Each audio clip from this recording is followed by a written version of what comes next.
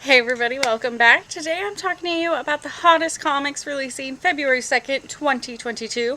But first, please be sure to subscribe, like the video, and comment down below what you're most excited for. I'm dying to know what you guys think about these comics. There is some great ones, and some ones maybe not so great, but we're gonna have to find out. Let's dive right in. Starting off with my top picks, I'm starting off with Geiger. It's the 80-page giant, number one. So, what can I say about Geiger? I absolutely love Geiger. I think Geiger's a fantastic comic. I think Geoff Johns really shines in his independent work. And this one in particular might be a really big issue because first, in an extra-sized lead story, Geoff Johns and Brian Hitch introduce a mysterious man known as Redcoat and reveal his bizarre ties to the American Revolution, the Unknown War, and Geiger himself. Then discover the secrets of the warlords of Las Vegas, Bonnie Borden, Goldbeard, Mr. Karloff, and more, in a series of tales written and drawn by some of the greatest writers and artists today.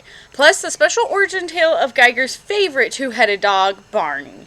And a preview of Geoff Johns and Gary Frank's upcoming new series, Junkyard Joe. So, for me, I'm really looking forward to this.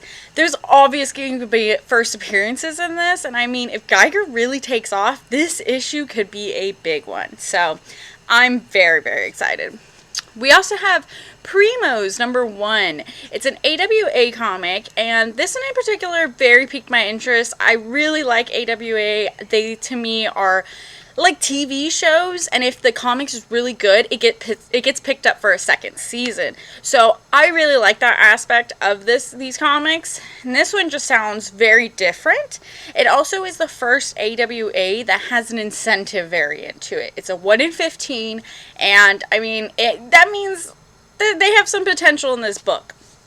Centuries ago, two Mayan brothers constructed a spacecraft that sent them hurling into outer space. Returned to Earth only to find their culture and civilization destroyed, one of the brothers vows revenge and seeks to decimate the planet with intergalactic technology gathered on his travels. To prevent this, his sibling creates a contingency plan that activates the world's protectors, descendants of their own family. Now, the fate of the planet lies in the hands of three cousins scattered throughout Central and North America who have never even met.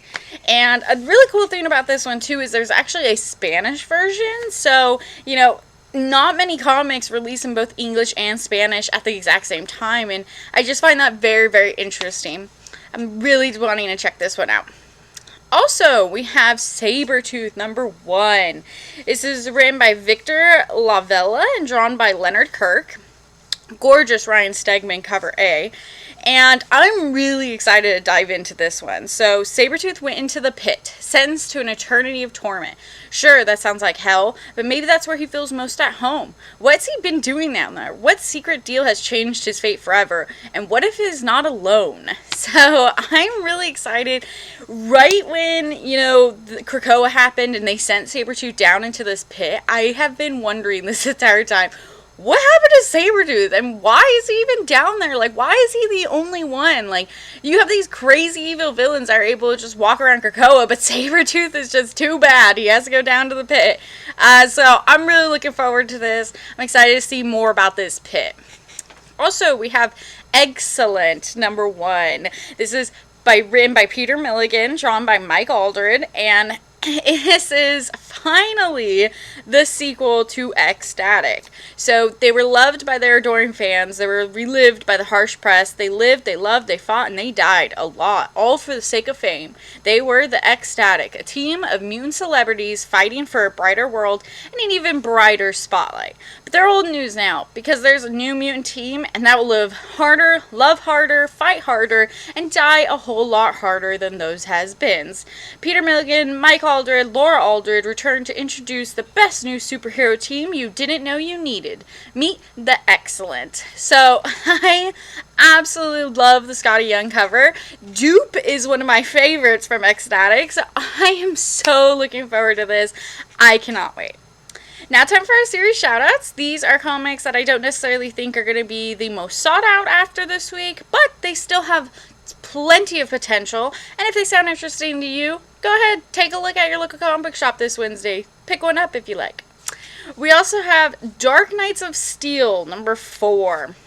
Me, personally, I've been digging Dark Knights of Steel. I think it is so crazy cool. I think the killings are insane. I think they are not afraid to go above and beyond, and I like that.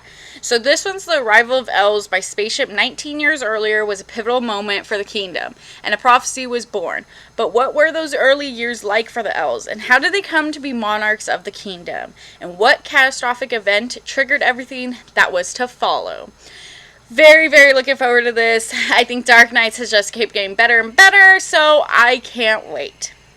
We also have Monkey Prince Number One. It is a maxi series of 12 written by Jin Luen Yang, who is a really great writer. He wrote Superman Specialist Clan, and I absolutely love that book. This one introduces the newest hero in the DCU, the Great Sage, equal to the heavens, better than his predecessor, the legendary Monkey King, even better than the Justice League, and definitely the Teen Titans. Actually, all the heroes combined. Everyone put your hands together for the Monkey Prince. Marcus' son moves around a lot because his adoptive parents are freelance hench people, so this month he finds himself as the new kid at Gotham City High School, where a mysterious man with pig features asks Marcus to walk through a water current to reveal himself as who Marcus really is. Someone who has ventured through the journey to the west, can transform into 72 different formations, can clone himself using his hairs, and is called the Monkey Prince. So it just seems really cool.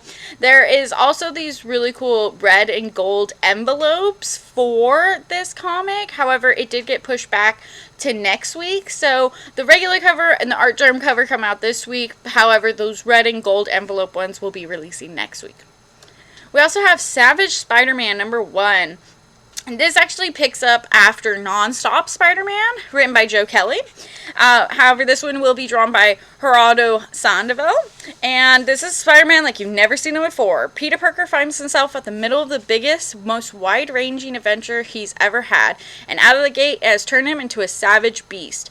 Forget everything you've ever had, and get out of the gate is it turned him and oh, my bad. Forget everything you know about Spider-Man. All rules and regulations are out the door, and Peter Parker may never be the same. So it's kind of creepy. He's actually like a spider now, which is kind of interesting. And for me, Joe Kelly just really gets the character. I love like his quippiness with Spider-Man, and how could I not love that Scotty Young as well? We also have Nocterra Number 7. It's returning with a brand new story arc. And Lights, Camera, Action.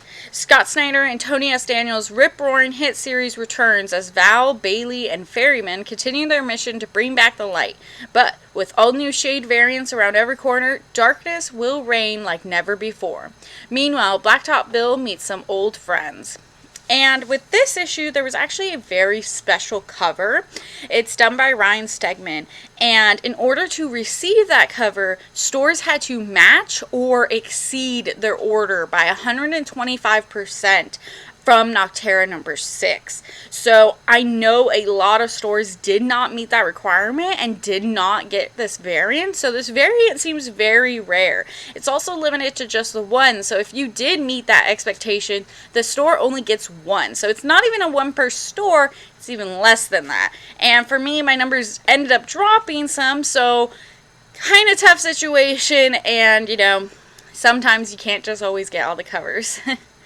Alright, and last but not least, we also have Red Sonja Valentines Day Special.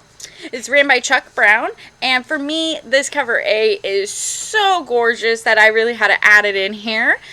Burning Love, Red Sonja's temporarily developed fire powers, which is handy since she's in a land where warlords possess deadly ice powers. Sonja finds herself amidst a love quarrel in which someone exchanged her heart and soul for overwhelming power. Can Sonja defeat a greedy Cheruborg and restore peace to the freezing lands? So to me, it's just like a really fun one-shot, you know, with Valentine's Day coming up. A little sexy Red Sonja. It could be nice. And last but not least, only late printing I have this week is for Hellions number 18. It is a second print. So if you missed out on that, be sure to grab it this week. That's going to be it for me this week. Be sure to check out all these comics and many more at your local comic shop February 2nd, 2022. Have a great day.